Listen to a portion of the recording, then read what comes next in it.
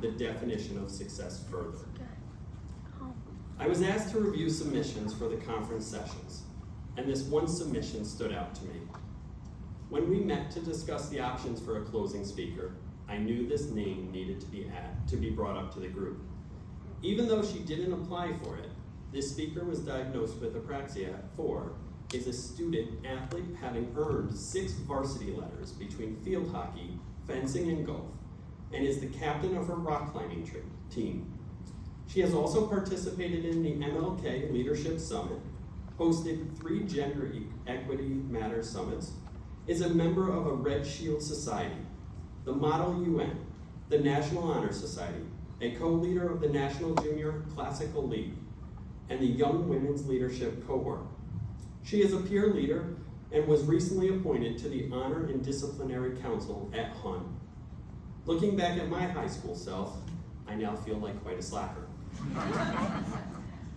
It's hard to believe she is only 17 years old and just finished her junior year at the HUN School of Princeton in New Jersey. She has been awarded the Citizenship Award for the past 2 years, the Frederick Douglass and Susan B. Anthony Award for Leadership and Community Engagement, the St. Lawrence University Book Award for Scholarship and Community Service, and the Persistence and Dedication Award. Impressive to say the least. In July of 2022, Alina Sasaspo created an organization called Young and Able Voices. Its goal is to provide a safe place for kids with apraxia and other hidden disabilities that offers kind, age-appropriate conversation that will make each day a little bit easier and provide the knowledge that things will improve. And in September, she will be giving a TED Talk. Her positive attitude towards life and others is hard to miss. I now invite Alina to the stage to close out the 2023 Apraxia Kids National Conference.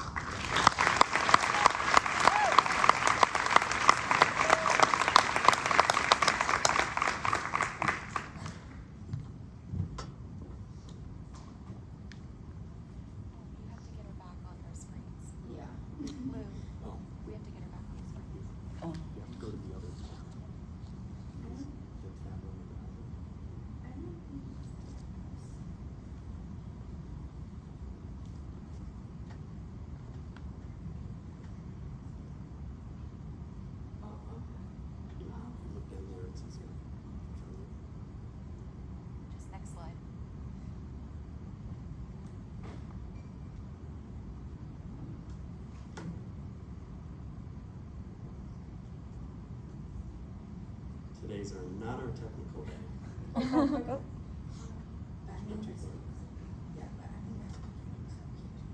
Did you find it?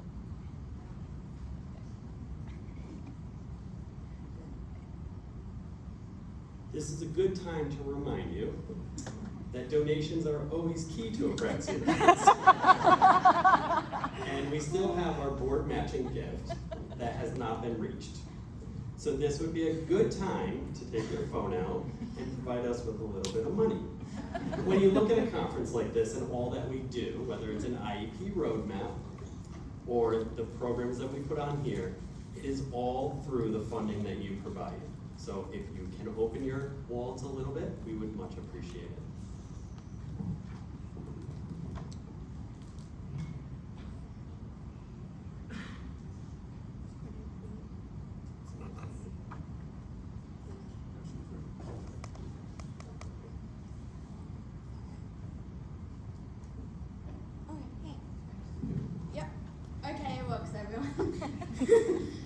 Thank you for those kind words.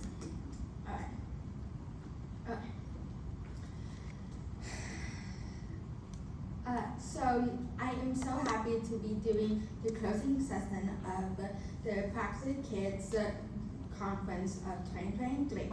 So the learning objectives are using positive mindset to change your perspective, finding your strengths, helpful strategies to overcome challenges.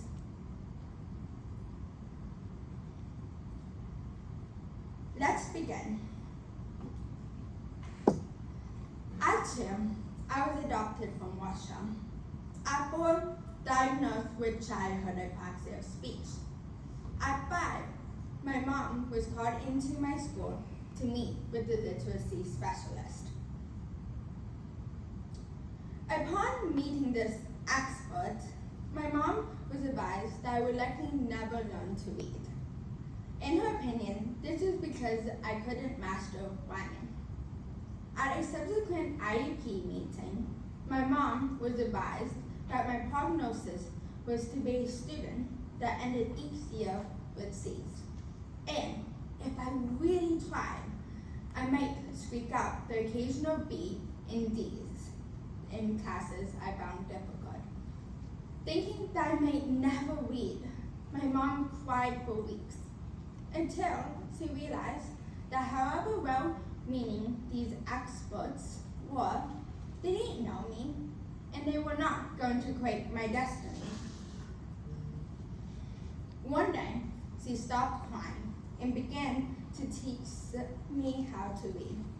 Assigned me daily mommy homework and recalled 2 TED Talks she had listened to. One was about growth mindset, and the other was about grit. Before I went to school each day, my mom would remind me that I was so smart, and we celebrated every accomplishment, no matter how small. Simply put, my mom was determined to help me become the grittiest kid around. But more on that later. Oh, of course, I had no knowledge of any of this. I was just a 5-year-old girl wondering if I would get cheese in my lunch. At 7, it was definitely hard to make friends, and it was hard to join groups and activities, as I was seen as the girl who no one could understand. You see, my expressive language intelligibility rate was about 50%. I definitely was a victim of bullying and unkind words. The most common phrases I would hear were, "Could you just speak English?" and "You sound so weird, no one can understand you." This really hurt. Yet, I never thought of myself as the weird girl. I knew I wasn't normal, but I was unique, and for a long time, that worked for me. I had so many people in my life that cheered me and worked to hear my voice. However, as I did get older, I did wish I felt like I was normal. Even now, I wish I knew what normal felt like. Yet, normal definitely did not get me here to speak with you today. At 12, during my middle school years, many of my projects were presentation-based. And let me tell you a secret. Even though they were so hard for me, I loved them. I would make sure I would enunciate every word in my presentation. It's true, I had to work twice as hard as everyone else, seeking to make my project as perfect as possible. And I like to think that I was actually pretty good for a young teen. I didn't mind speaking in public, as I felt it was a way to get back at my apraxia and laugh at it for a moment, saying, "Ha, you can't stop me from doing this." Here is just one unfortunate day during my 7th grade science class. We were finishing up last-minute presentations. Our group was made up of 5 students, myself, and a girl who I would call S, and some others. S was at the time one of my best friends. S, of course, knew all about my apraxia, but something changed in her that day. She told the rest of the group, with me sitting right there, that they should not let me speak, because I would just mess up everything and destroy their grade. Others began to pile on and agree, and it was truly just more than I could bear. What really sucked, though, was when I tried to defend myself, my apraxia would kick in big time. It felt like I was defenseless. I walked out of class as I felt my face getting hot and wet and knew that tears would soon appear. That was the first time I ever cried in middle school. It felt like one of those TV dramas. I just never thought I would be that girl. I couldn't believe us and the rest of the group were stealing my voice and taking credit for my hard work. I was not going to allow that to happen. I took 5 minutes for myself, cleaned up my face, and walked back into class a bit calmer. The teacher was about to call our group up next to go and present. She was going to excuse me from presenting, but this wasn't an acceptable solution for me. One thing my mom instilled in me was to finish what I started. And I started this project, and I was so going to finish it. So I presented, and I nailed it. Us and the rest of the group were all given a talking to, and thus ended our friendship. At 14, I have been in speech class for 12 years. Speech was a part of each week that allowed me to feel as if I were part of a special community. As this community was made up of others like me that weren't normal.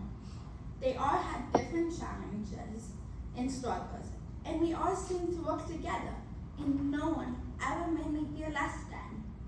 We played countless games of Uno, enjoyed silly inside jokes, and I never fully realized until much later how meaningful these sessions were to not only my speech development, but to my social and mental health as well.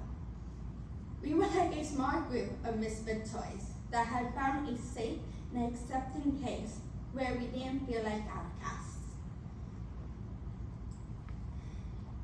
So, this might be silly, but I always dreamt of the day when I would graduate speech class.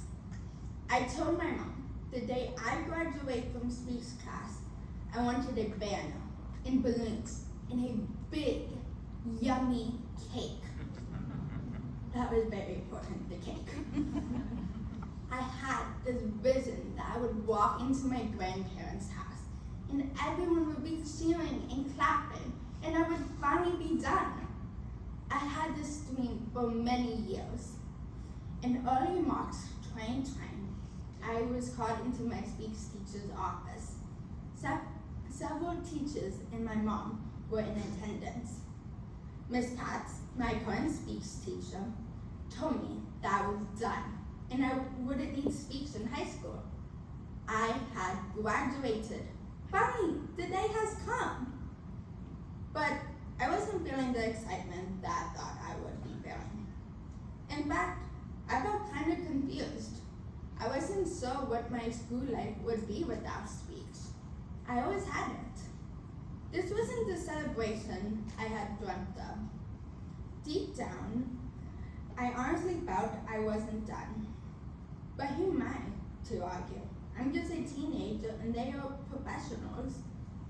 You see, I wasn't really fully aware that I would never be rid of my apraxia. I was certain that if I worked hard enough, it would go away. But as you know, apraxia is the gift that keeps giving, and it will always stay with us. At 14, I started a new high school, and this was in the middle of the pandemic. But this meant to be a new start, one where I could create a new story. I wouldn't be known as the kid who had a real speech problem. If my speech had improved, so everything would be great, right? After all, I graduated speech. While things were much improved at my new high school, and I blended in pretty well, it wasn't perfect. And I realized that I very much needed to go back to speech classes. I asked my mom to contact my old SLP, and lucky for me, my favorite SLP from when I was little had just opened up a private practice. I started Speaks Up again, which helped, but it wasn't private speech, and I began to miss the other kids from my school speech classes. Like everyone else, I have been isolated and missed my community where I felt safe. I started to seek out a community, but couldn't find any. I mean, I had always pushed away and tried to hide my apraxia.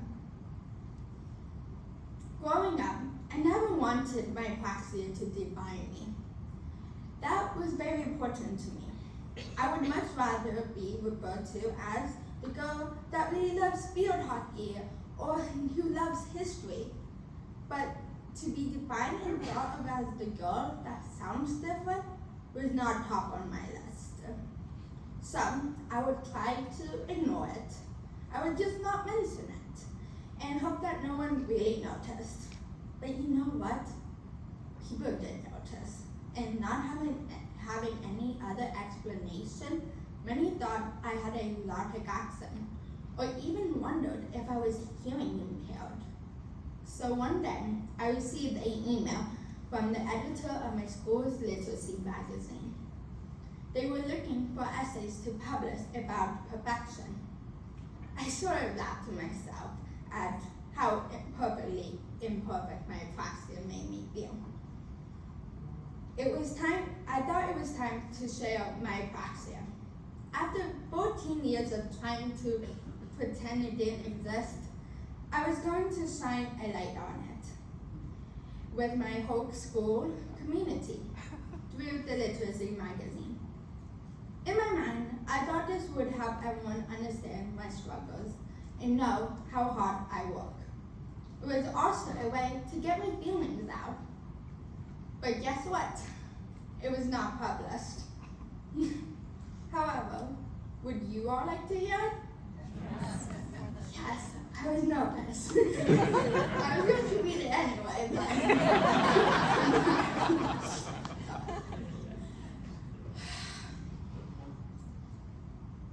Apraxia, a imperfection at its finest. By me, Alina Saper, founder of Young Able Voices. What is apraxia? Maybe it's a band from the UK, or perhaps a hip new cruise ship, or a new way to cook chicken. I'll have the chicken apraxia, please. If only that were the case. If only I could listen to apraxia's cool new tune or have it for lunch, then apraxia would not be the albatross I carry around my neck each day. Apraxia actually is a neurological disorder. The variety I have to deal with is childhood apraxia of speech. It is something I was born with. It will stay with me forever, and it makes my life hard. It is my apraxia that prompts people to repeatedly ask, "What are you saying? I can't understand you." Or worse, tease me and make me feel less than. I'm sure apraxia is different for everyone, but my apraxia stops me from being able to pull the thoughts out of my head and turn them into speech.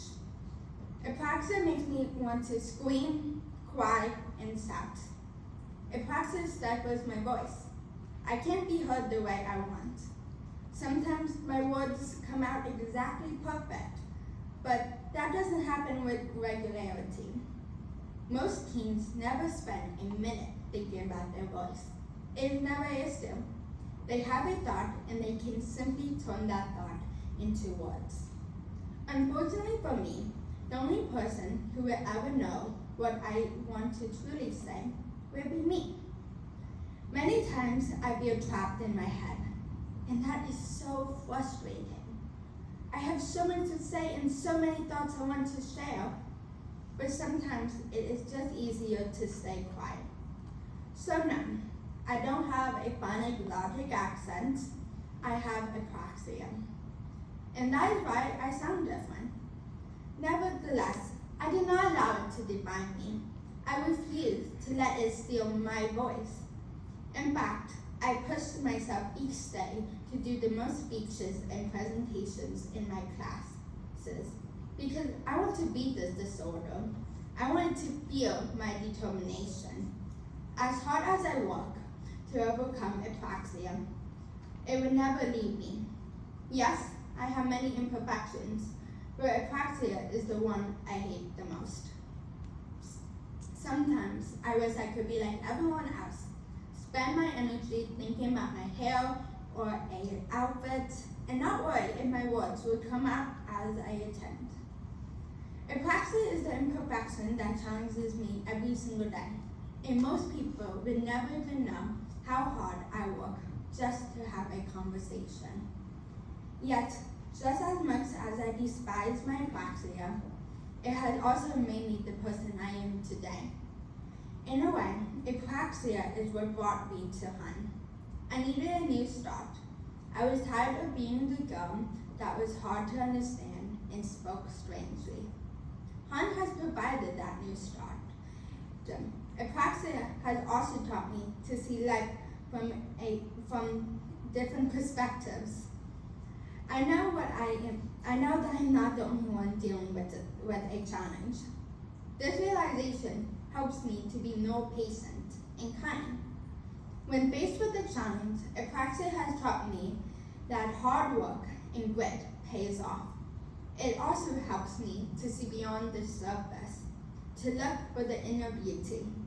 So, while Apraxia would not have been on my wish list, it is my path, and I keep making my journey as fabulous as I can.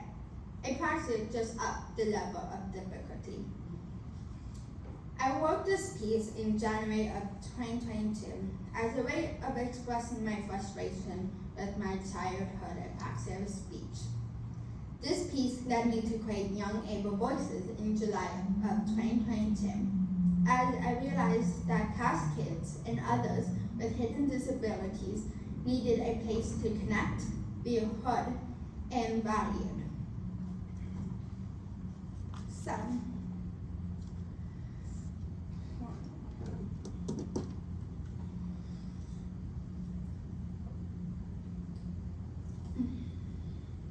So after finally embracing my apraxia, my mom thought it was time I knew about the literacy experts' opinions and the conversations they had while creating my speech IEP. You know, the ones where they said I wouldn't read and get good grades, and basically saying that there's really no potential for success for my future. Okay. So, at 16, I listened. And this is what I realized. My teachers were kind, but never had really high expectations for me. They had no hope that I would ever really be a successful student. It made sense why my teachers didn't care that I didn't really finish the paper. It made sense why my teacher gave me such a confused look when I cried over a test grade, a test I had studied really hard for, but only got a 75. You see, they didn't really have any expectations for me to be more than. However, not everyone gave up on me. So, after that meeting, my mom cried for weeks. She didn't know what to do, and she was actually a teacher. One day, my mom's boss called her into her office, asking her why she had not been herself. After hearing about the literacy expert's opinion, her boss said, "Come on, Krista, really? If she can't read, teach her yourself. Your daughter just needs help." After that pep talk, my mom read several books and gave me a lot of mommy homework. However, her goal wasn't for me to be the best in the class. Her goal was for me to be the best version of myself.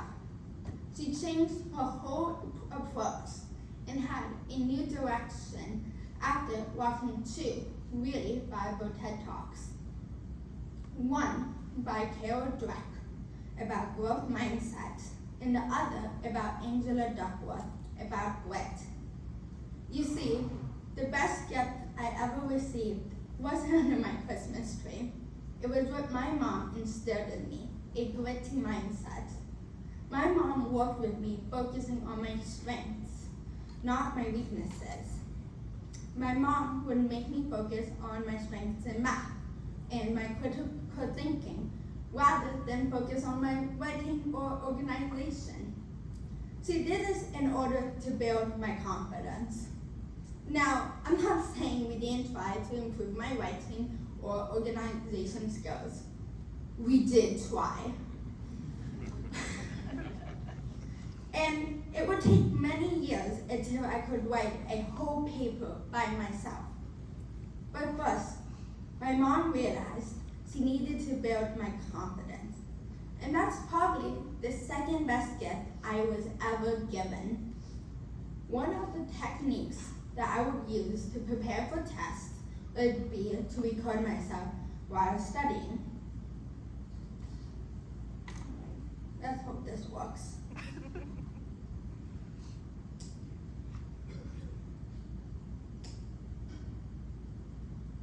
Okay. Video cannot be loaded. So I was going to present 2 videos, but don't want to take up more time. So you can access the videos on my website, Young Able Voices. It's under my Apraxia story. Oh, let's see if this one. No. Okay. So I mentioned earlier about 2 TED Talks that my mom listened to that changed her approach to how I was raised. The first was about having a growth mindset. When it came to my ability to learn and grow, every time a new challenge popped up, and it seemed like there were new ones each week, we would look at them as new opportunities to work a little harder and find a new path forward.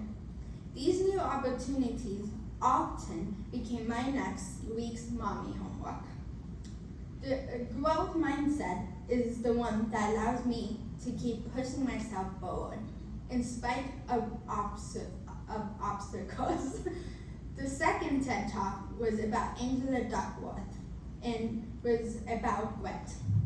The defining idea was what made a person most successful was the amount of effort they put into their work, especially when tasks became difficult. My mom was convinced that her gentle pushes each day on difficult tasks would help me to grow in small ways.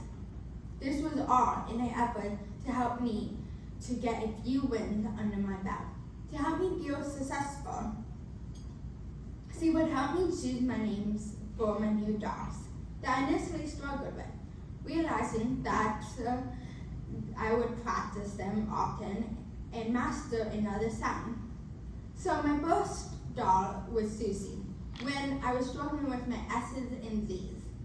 And second was Melanie, where I struggled with my middle L's. She would also at times do her best to introduce difficult ideas to me prior to learning them in school. This would help me feel more prepared and confident. The final way she differentiated her approach was to help me set goals for myself, ones that seemed reachable, as well as ones that seemed a bit more challenging. If I'm being honest, speaking here today is one of those goals. By using a gritty mindset, I have been able to find a way to help others and give back to kids and teens looking to find their way and build a community. Let me tell you how that came about, because it's kind of funny. Okay. It was spring of 2022, and I was getting ready for my first date. The end of my sophomore year. I was excited, but all of a sudden, I realized I can't say my date's name. My date's name had 2 R's in it. My nemesis, which I have worked on for years. I panicked about what was I going to do. I couldn't just say, "Hey, dude," all day. I called my amazing speech teacher up and we practiced it for 10 minutes. As a thank you, my mom sent her my Apraxia piece without asking me. And Miss Joy then sent it to all of her colleagues, that sent it to all of her clients. And within 3 hours, I got an email from Ms. Ziegler, a teacher at my school, wanting to chat with me about my essay. You know, the one they hadn't published. I was shocked how this happened. And so fast, I was very confused. Like, how did she get my piece? Well, it turns out she wanted to have lunch with me to talk about my experiences, as she has a 4-year-old daughter who was just diagnosed with CAS. She wanted to know what her daughter's future might look like. That conversation was what changed it all for me. But before I continue, I want to quickly mention that in July of 2021, I looked for support groups for teens with apraxia or hidden disabilities. I thought there would be, as I know my mom was a part of some support groups on Facebook. But when I tried to look up groups on Facebook, Google, Discord, I found nothing. Before I came here, I did another search to see if any new groups were formed. I found none. Only Young Able Voices popped up. So for the longest time, I had to question, why were there support groups for parents and not the kids or teens who are actually going through it? So after the conversation with Ms. Ziegler, I realized there was a need for someone to build a community for kids and teens out there that helps kids and teens with CAS or any hidden disability to help them know that the future is bright, that there is hope for them. A place where they can feel heard and know that they are not alone. So in July 2022, I started Young Able Voices, a peer-to-peer support group for kids and teens with hidden disabilities to never feel isolated again. Young Able Voices has been one of the best experiences of my life. Being able to bond with people with apraxia and other hidden disabilities, it was great connecting with people bonding over shared challenges, from the littlest stuff to the biggest, like accents. Before I talked to any other teen and kid with apraxia, I didn't realize how common it was for most of us to get the comment about having an accent. It's been great trying to build one another up with course, like encouraging people to make presentations or reading out loud. But what I like most from this journey is learning every day. I have learned something every day with Young Able Voices. Like this month is Disability Month. Befriending my apraxia was one of the best things I ever did.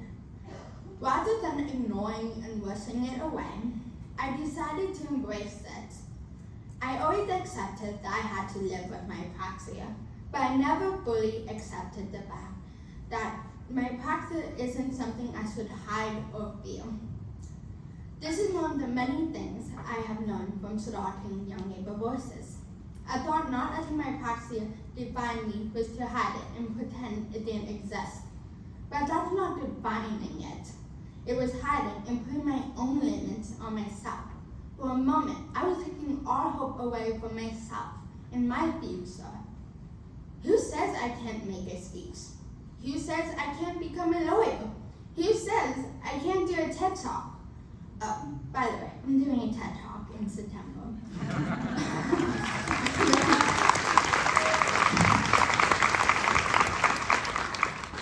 I have dealt with many struggles with my apraxia, but what got me through it was the mindset my mom instilled in me. Having that gritty mindset helped me to face those challenges head on. Impossible is not in my vocabulary. My mother made me believe I could do anything I wanted if I worked hard enough.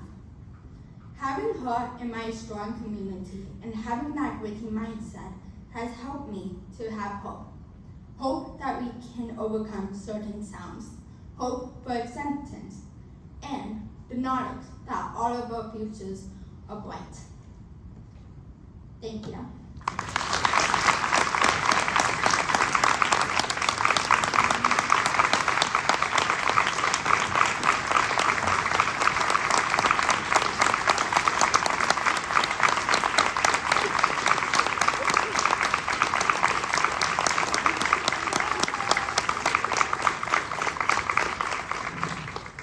Thank you so much for sharing that story. What an amazing young woman. So, this does conclude our national conference, and so I wish you safe travels, and we appreciate your support, and we will see you next year in Pittsburgh. You did so